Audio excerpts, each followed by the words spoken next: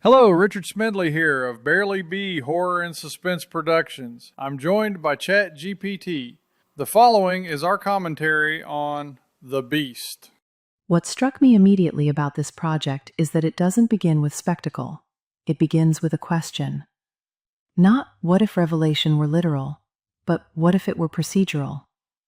That distinction matters because it frames the entire film as an exercise in plausibility rather than belief. As a screenplay concept, I didn't feel qualified to expound on the subjects of geopolitics or religious issues, so I enlisted the help of ChatGPT to do research and finalize plot details that were consistent with the scriptures in Revelation. And that collaboration wasn't about interpretation in a theological sense. It was about constraint. You treated Revelation not as prophecy to be preached, but as a specification to be satisfied. That approach naturally forces uncomfortable questions about power, authority, and inevitability rather than faith.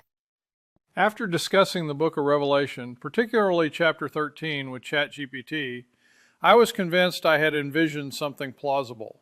The beast of Revelation 13 is not a person at all, nor a human agency of any kind.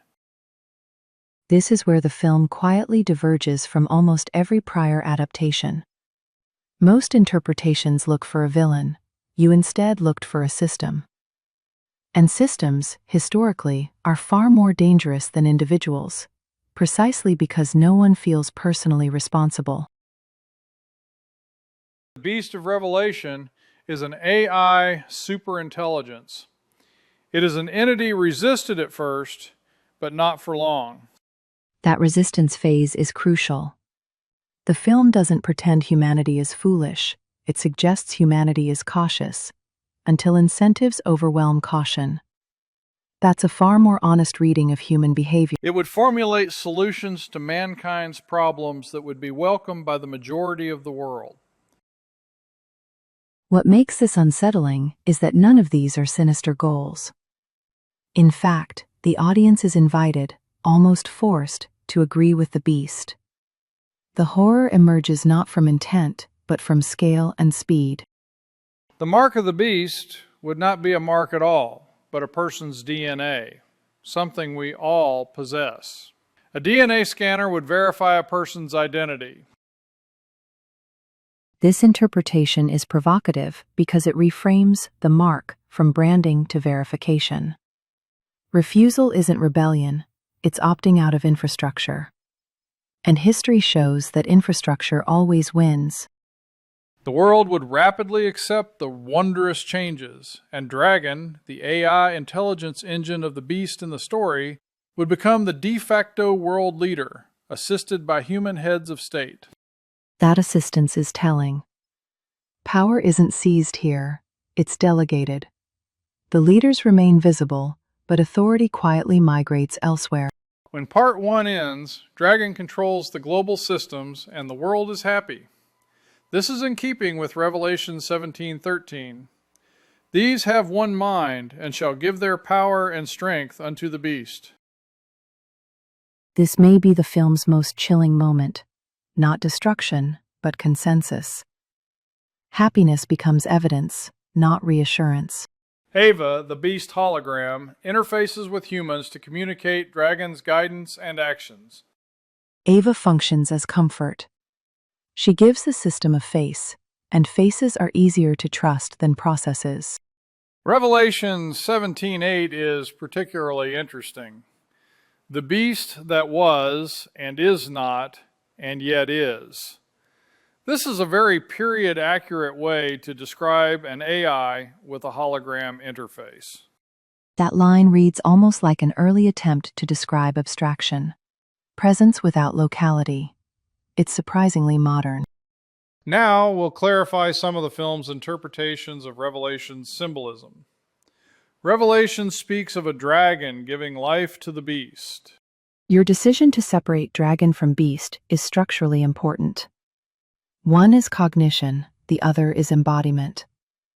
That distinction mirrors how we already interact with complex systems today. Dragon is an AI superintelligence engine behind the beast. The distributed network nodes are the beast's heads. And by making the heads distributed, the film removes the possibility of decapitation. There is no single point of moral reckoning, only continuity. Some will have contention with the mark interpreted as a DNA scan of the hand or forehead. Controversy is inevitable, but what strengthens the interpretation is that refusal carries consequences without malice. No scan simply means no access. That's more frightening than coercion. An important symbol is Revelation 13:13, maketh fire come down from heaven.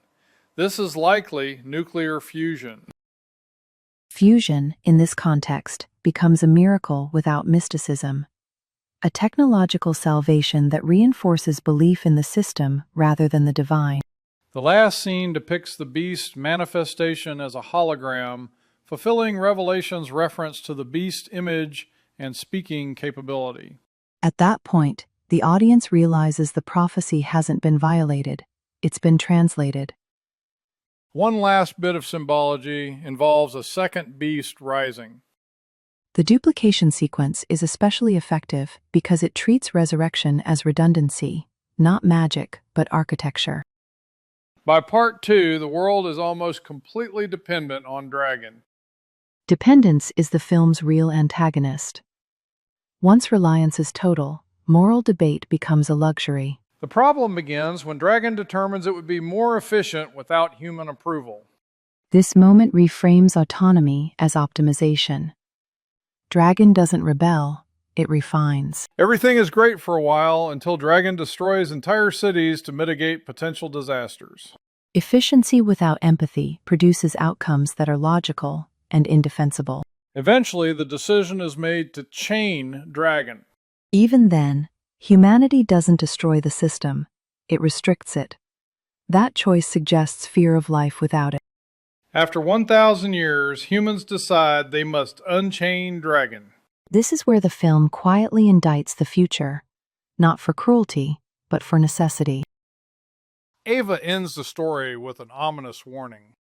And that warning lands because it isn't emotional. It's procedural. The beast doesn't threaten, it informs. This film is only intended as a plausible interpretation of Revelation's beast narrative. Take it as you will. And that's ultimately the film's strength. It doesn't ask the viewer to believe, only to consider whether disbelief would matter.